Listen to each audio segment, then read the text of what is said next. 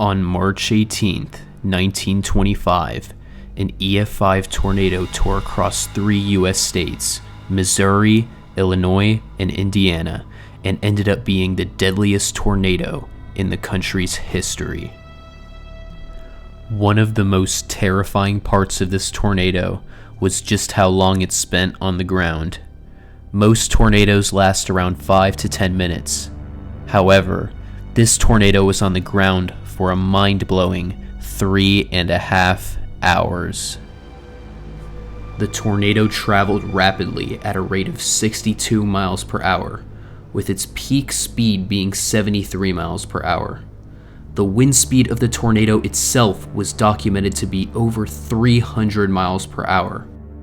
It was reported to have been about 3/4 of a mile wide. However, it is alleged that the tornado reached a width of 1.5 miles, which would have been a record at that time. This event would go on to be a terrifying reminder of the devastation that a tornado can inflict on the everyday life of civilians.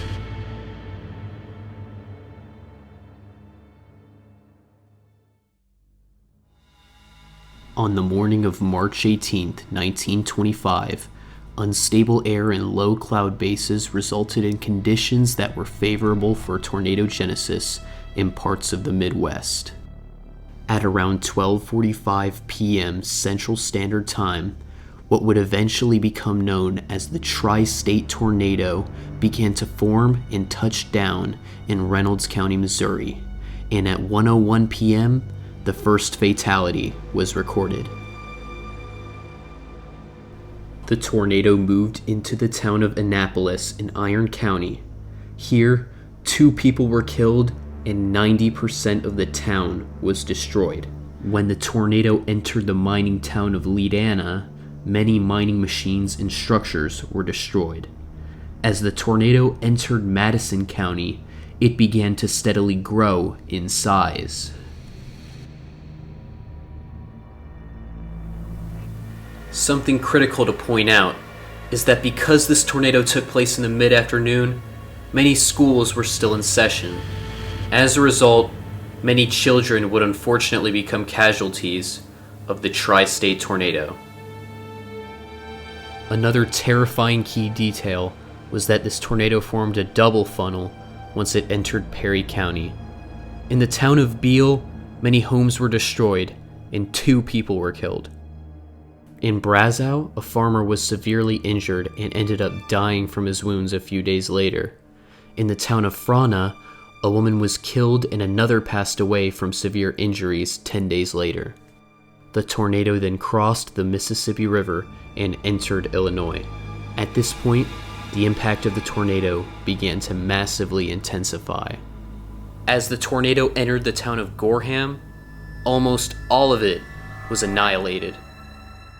Every single home in the town was affected by the tornado. Out of the 80 homes, 20 were damaged and 60 were completely demolished.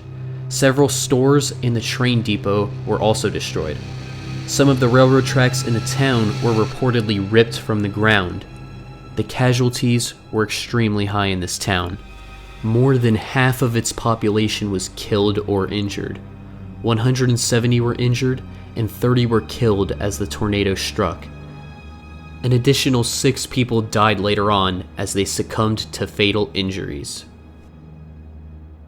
The tornado then moved into Murfreesboro, which was a railroad and coal mining town with a population of 10,000. Almost all of the town was completely obliterated except for the southeastern side. Several densely populated neighborhoods of the town saw the most devastating effects. The M&O Railroad shop was leveled and resulted in 35 deaths alone, but most of the deaths in this shop were not from the crushing debris, but from the immediate fires that were started afterwards.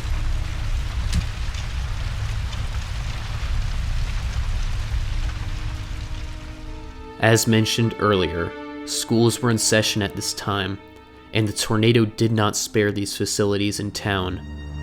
9 students were killed at the Logan School, and another 17 were killed at the Longfellow School.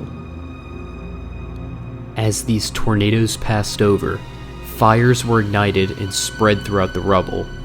This resulted in several of the trapped survivors being burned alive. The picture you are seeing on the screen right now is a colorized photo of a Murfreesboro fire that was started from the destruction of the tornado.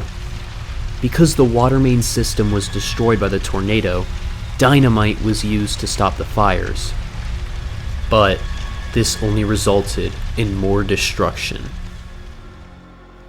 A shocking 623 people were injured in Murfreesboro, and 188 were killed in the immediate tornado. 46 people would go on to die from their injuries, increasing the death toll to 234. This makes Murfreesboro the city with the highest death toll from a tornado in U.S. history.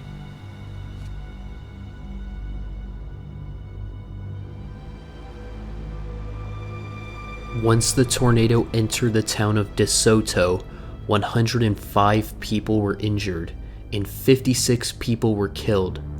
Of those 56 deaths, 33 were students from the destruction of the DeSoto school. To this day, it's the worst school death toll from a tornado in U.S. history. While the tornado was wreaking havoc on DeSoto, Deputy Sheriff George Boland was on patrol. Unfortunately, the tornado lifted him up from the ground and he vanished into the funnel. His body was never found. The tornado entered Franklin County and hit the large mining town of West Frankfort. A multi-ton coal tipple was blown over. 300 feet of railroad tracks were torn from the ground. 81 lives were lost in the immediate storm, and an unreal 410 people were injured, with 21 of them succumbing to their injuries and passing away days later. In the town of Caldwell, there were 21 fatalities. Storekeeper Isaac Ike Carnes ended up losing 11 members of his family. Carnes' 7 grandchildren, his wife, his daughter and her husband, and his daughter-in-law all perished in the tornado. The tornado then went on to obliterate the town of Parrish, in which there were 60 injuries, 28 immediate deaths, and 5 deaths due to injuries. The town was so harshly destroyed that it was never rebuilt, and the residents and businesses within the town simply left and started over in another town.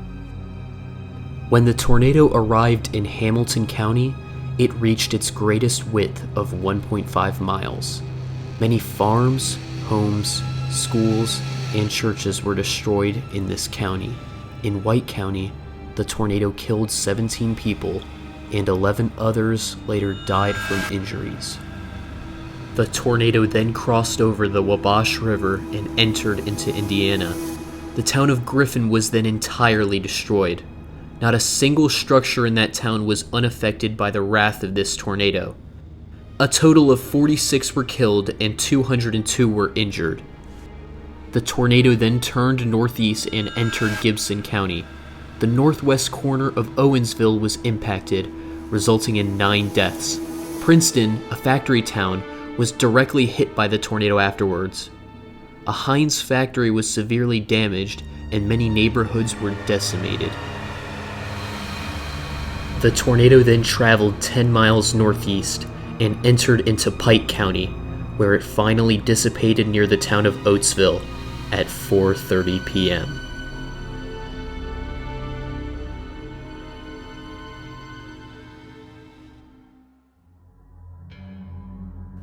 Overall, more than 2,000 people were injured in the tornado. In Missouri, injured people were treated at hospitals in Perryville and Cape Girardeau, while people with very serious injuries were sent to St. Louis for treatment. In Illinois, the citizens affected took refuge in the college town of Carbondale, while the affected residents of DeSoto stayed in either the towns of Carbondale, Hearst, or DuQuoin. In the town of Parrish, which was completely obliterated, railroad workers from Thompsonville, led by a heroic Iowa physician, pulled a train into the town, and the train was loaded with the dead, dying, and injured beyond the capacity of the train before being transported to a hospital in Benton. Thousands were left without food or shelter, and fires were widespread throughout the damage. Additionally, looting and theft of property from those who died was common. The overall recovery from the tornado was slow and drawn out, leading to long-lasting effects to the impacted regions. The last fatality of the tornado was Gervais Burgess, a 46-year-old coal miner from West Frankfort, who passed away from his injuries nearly a year later on January 3rd, 1926.